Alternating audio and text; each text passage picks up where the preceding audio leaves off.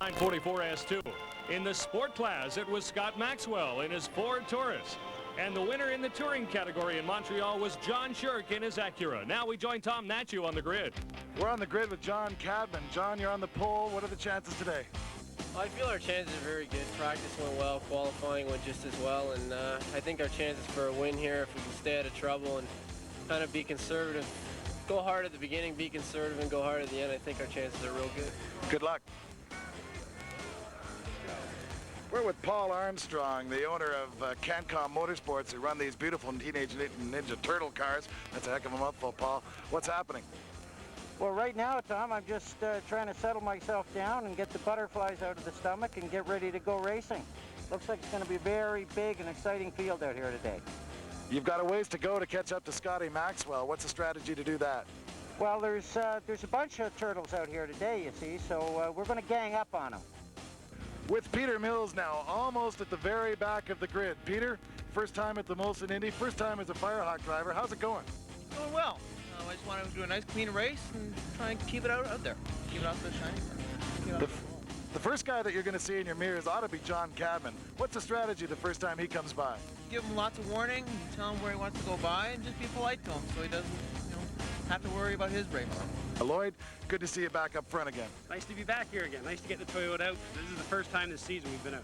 Looking forward to a great race. Scotty Maxwell is very hot. What's the strategy to get ahead of him? Well, Scott is really quick. This car's a lot more nimble than his Taurus, I think. He's got a lot of horsepower there, but I think we've got the advantage in the braking here. Good luck to you, Lloyd. Thank you very much. Terry DeFrancesco in the red Toyota MR2. Terry, you're second in class and qualifying. What's the strategy to stay ahead of Scotty and still keep up to Lloyd's service in the other Toyota?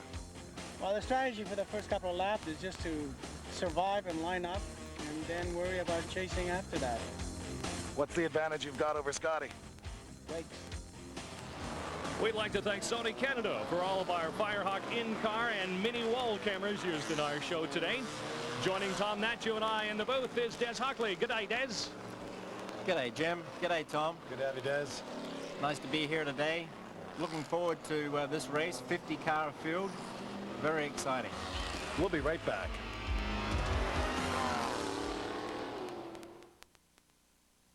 Rust. What it can do to the outside of your car, weak, neglected antifreeze can do to the inside. You need the tough anti-corrosion formula of Prestone. Use fresh Prestone every year to give your radiator and cooling system heavy-duty rust and corrosion protection. No matter what happens to the outside, Prestone protects the inside. Prestone stops the rust that stops your car.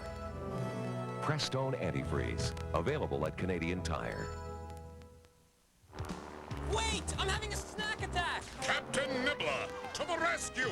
With cheese nibblers from McCain, the delicious, nutritious snack that satisfies your sudden hunger as only the taste of real cheese can. We're having a snack attack! McCain makes nibblers from cheddar, mozzarella, Monterey, marble cheese, and convenient single snacks and multi-packs. So when you feel a snack attack coming on, grab a McCain cheese nibbler. Now available in pizza and nachos. Meet Jim and Mike. Both of these guys have just bought new suits. Mike went to Jack Fraser, and Jim went, well, somewhere else. Both of them look great. They got quality suits, great fit, the latest style. Jim paid almost $400 for his suit, and Mike paid less than $300 at Jack Fraser. Two nicely dressed men. But the thing I like about Mike is he's still got money left over for dinner. Yes!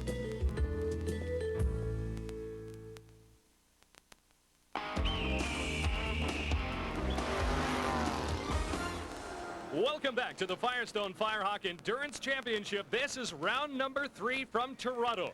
Part of the Molson Indy weekend. We've got a really tight concrete line circuit here. 50 cars all lined up nice and neat as they approach the green flag. John Cadman in the Camaro. Richard Spinard in the Porsche on the front row. There's the green. They cross the stripe.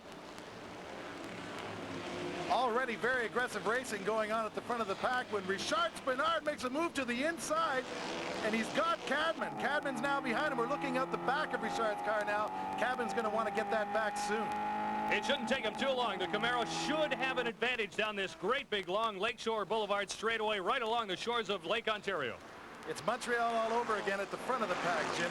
Listen, Des, this is a busy start. What's going on in the touring car out there? Well, Tom, the racing on this first lap is really hectic.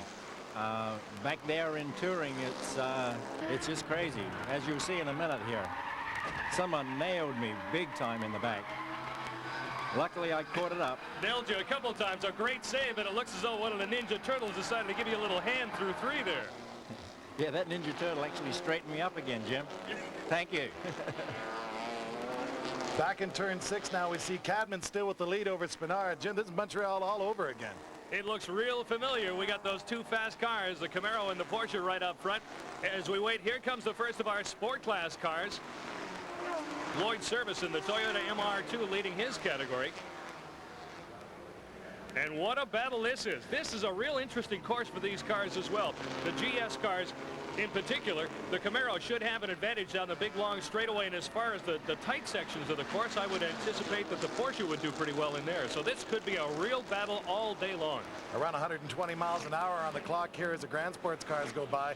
Look at that. There's Ludwig Heimrath still in the hunt, left over from Montreal when he had a very disappointing second place. But what a race he drove that day. Back to sports class. Service goes by. There goes DeFrancesco. And Scott Maxwell in behind him. Those 3 running up front in the sport class. In GS, our race leaders go down the Lakeshore Boulevard in front of the crowd, the fastest part of the race circuit. The Camaro with a little bit of a top speed advantage. The Porsche closes right up under braking. John Cadman. Richard Spinard right on his back bumper. Sitting in 3rd place, it's Mark Schill, and 4th is Ludwig Heimrath. John Cadman and Richard Spinard are actually using a bump draft technique to stay away from the 3rd place car, Mark Schill. Those guys will actually work together to establish their lead. Race leader Cadman and Richard Spinard nose to tail around the fountain corner once again. And we got a car sideways. Jeff Pabst in the Corrado goes all the way around, and the car's in the middle of the track. Look at the traffic coming up on him. In car with Des Hockley now coming up behind this incident. Des, what are you seeing out front of the windshield? Yeah, this was a very exciting moment here, Tom. The Corrado just seemed to lock up for no apparent reason. And Here he is just in front of you here. I just had to work out really quickly here which way to go. And there goes John Shirk. John Shirk got past me there because I was under really heavy braking. Just incredible. It looked like some kind of a mechanical failure with the car just to have one wheel just locked solid like that. Incredible action in turn number 3. The race leaders at the other side of the circuit already. Into corner number 1. John Cadman and Richard Spinard having a race unto themselves. Oh, Des, I still can't get over that incident in the back straightaway. When you're driving in a situation like that, is it instinct that takes over, or is that something that you learn? Well, yeah, Tom, a bit of each. It happens so quickly that, you know, you need some instinct as well as experience, of course. But the trick is to slow the car down enough so that it's maneuverable around the incident. Not knowing which way that spinning car was going to finish is a real problem.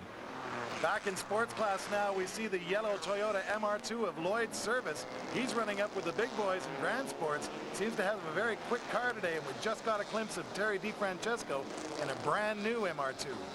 And the MR2s are quick automobiles keeping up with the Porsches down that back straightaway.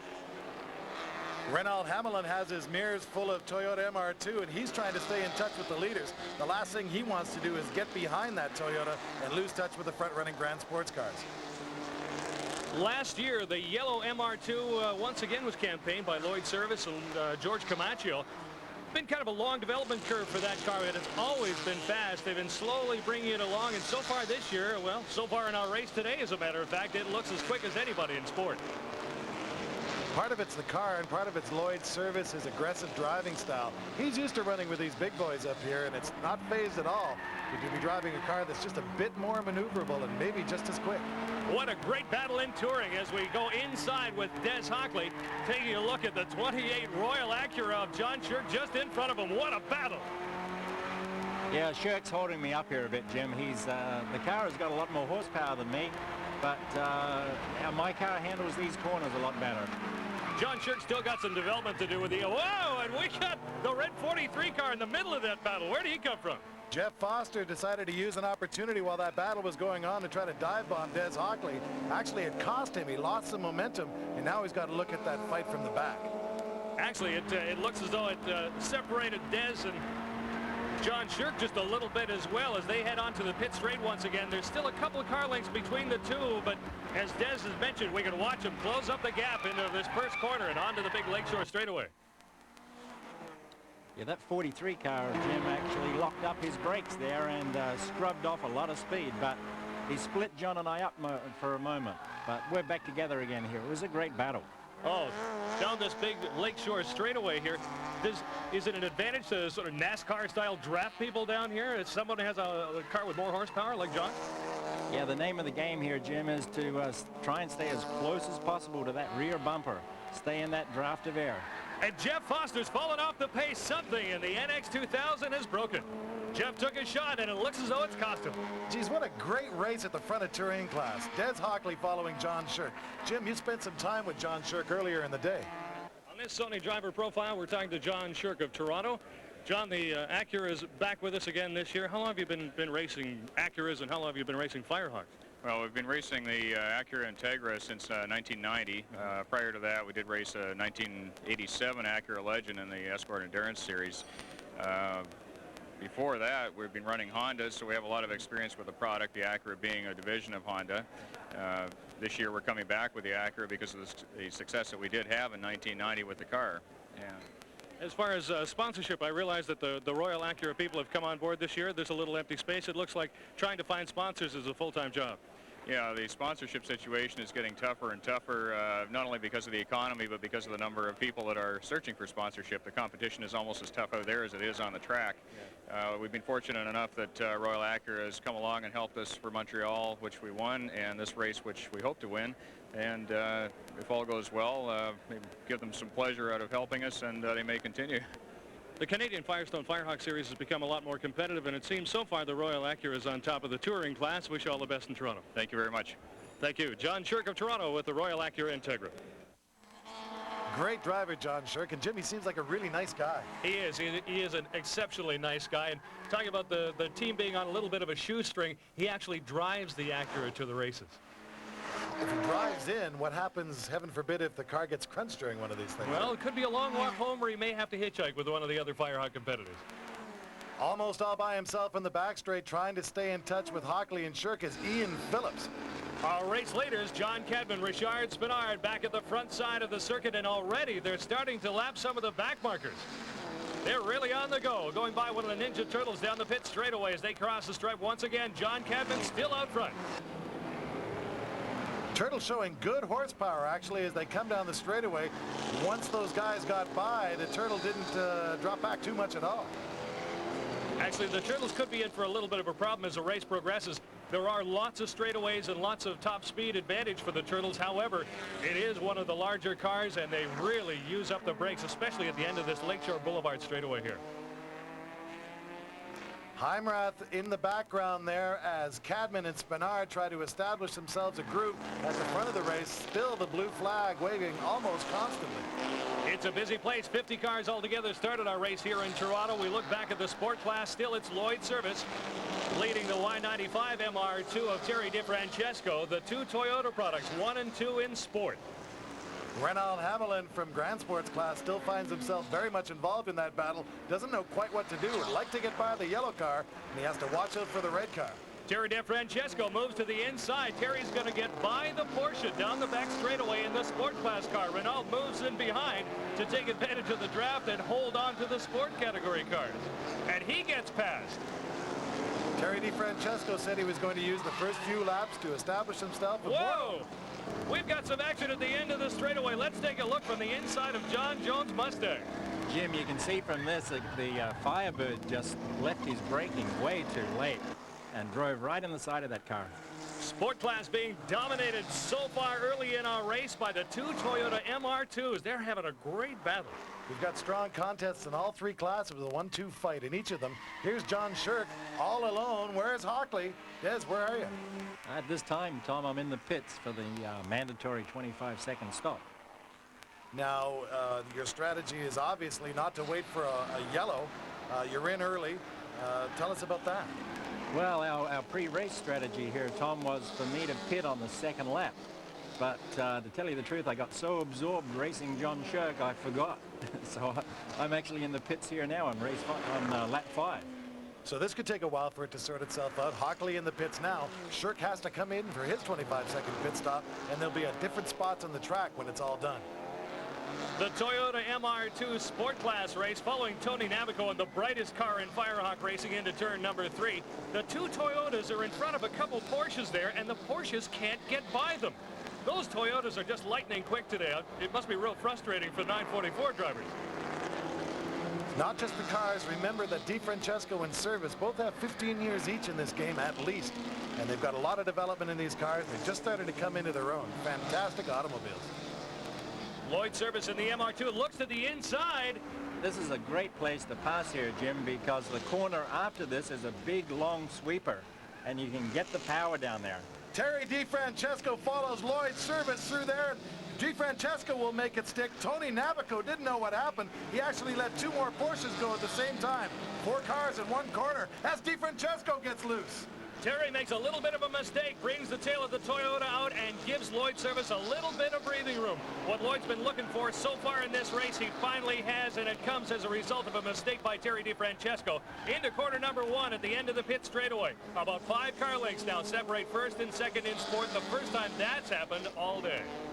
Looking back along Lakeshore Boulevard, we see the number 1 KFC Porsche, Ray David, working his way through the field. The number 1 car being driven by Ray David. The number 2 Porsche being driven by Rick By, his teammate. John and David Lacey usually drive the number 2 machine. Rick By and Ray David splitting up to maximize drivers' points this weekend. Right in the middle of that pack of Porsches, we find Des Hockley again. Des, that's where he came out on the track. What's it like there? Yeah, the track is non-stop action, Tom. As you can see there, the car number 22 CRX, he was drafting me down the back straight, and he nearly got me into the corner at the end of the back straight. Mario Lamont out of Quebec in the 22 car, always a strong competitor here in Firehawk. Now we have a Porsche sandwich between 2 white Hondas. I got a bit of a break on him here, Tom, thanks to the traffic. Part of the traffic you came out in the midst of includes a 97 Vic Sifton Porsche 944 in between the 2 Honda CRXs as they come back toward the pit straightaway. Marty Shenhall all alone on the track in the Olds Calais. Off in the distance we see John Cadman, who's really opened it up over Richard Spinard, and a Suzuki pointing Anthony Busso in the Talon by. Anthony didn't like that line. He went on the other way.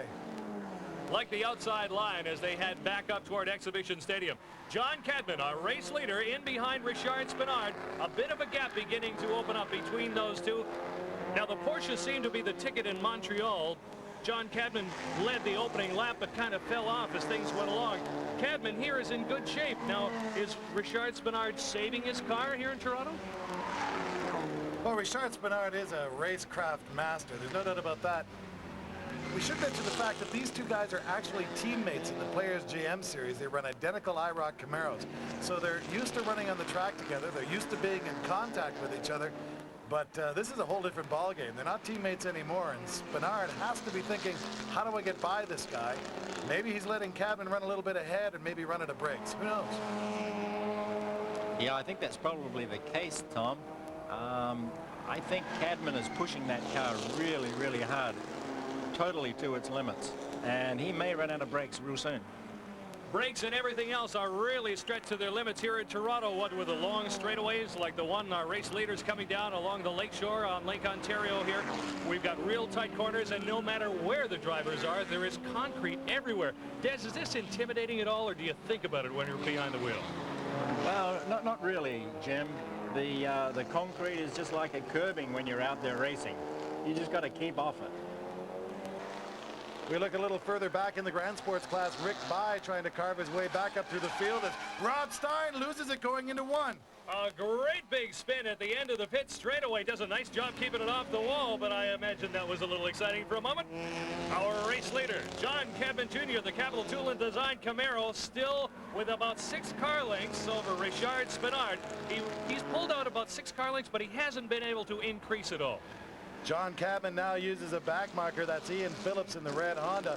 He's going to see if he can use that car to slow Spinard up. Spinard now under full acceleration is going to have to pass Phillips in the braking area to stay in contact with Cadman. And he makes it look pretty easy as Richard Spinard with the Porsche dives down to the inside and makes it a nice clean pass as they head onto the Lakeshore Boulevard straightaway.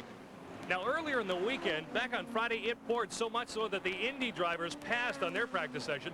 The Firehawk drivers went out, though, and John Cadman was lightning fast, 4 seconds quicker than anybody else out on the track.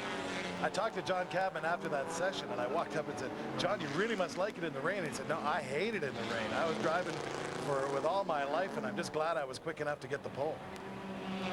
Pretty impressive. John Cadman in the rain back on Friday, and on the dry, he's no slouch either. Our race leader just in front of Richard Spinard. We see just exiting the frame there, the green Acura of John Shirk. Now, that's a touring class leader as it stands right now in our contest. John doing a pretty fair job. The last time we saw Des, you pitted, so you've got a little ways to go to catch back up. John Shirk still in contact with the Volkswagen Corrado, though, and they're both catching up young Honda driver Pete Mills. Pete Mills has got to watch his mirrors here because this battle could go by. But Des, he doesn't want to slow up at all, does he? No, not at all, Tom. Pete's a great young driver, and he's running sort of mid-pack in touring class. And you'll find here he'll do a good job. He'll give these guys some room to pass safely. He's got his hands full as far as watching the mirrors and making room. Gunther Schmidt gets by. He's got a race leader in the mirrors now, and just behind him, the leader in touring, John Shirk. There's a real battle going on here. We got John Cadman, the leader in touring, John Shirk, and then right behind is Richard Spinard. Shirk's popping on his headlights there. Don't know exactly why, but he has pointed the Denon car by with Richard Spinard behind the wheel. A big gang of traffic coming into this heavy braking zone. Let's see what develops. Huge speed differentials into corner number 3. It looks as though everybody gets through cleanly, though. We'll be back with more Firestone Firehawk racing in just a moment. Hi, I'm Frank Buckley, and this is Buckley's Mixture. If you've never tried it before, you're going to be very surprised. Twice. You'll be surprised at how quickly and effectively Buckley's relieves the nastiest coughs due to colds, bronchitis, and even smoker's cough.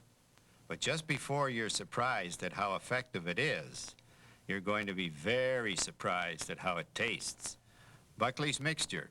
It tastes awful, and it works. Here you are, Mrs. Lewis. You're all set. Thanks, Bob.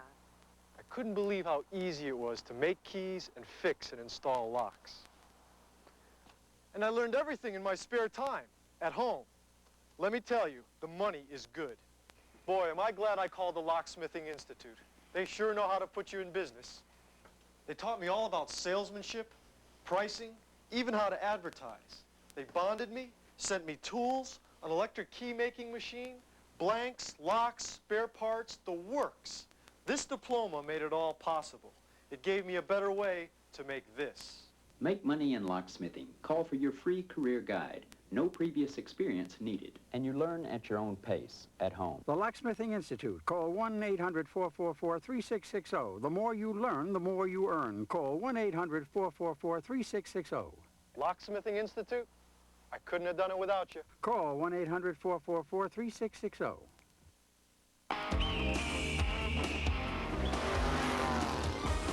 Back at the Toronto round of the Firestone Firehawk Endurance Championship, we catch up with the leader in the sport class.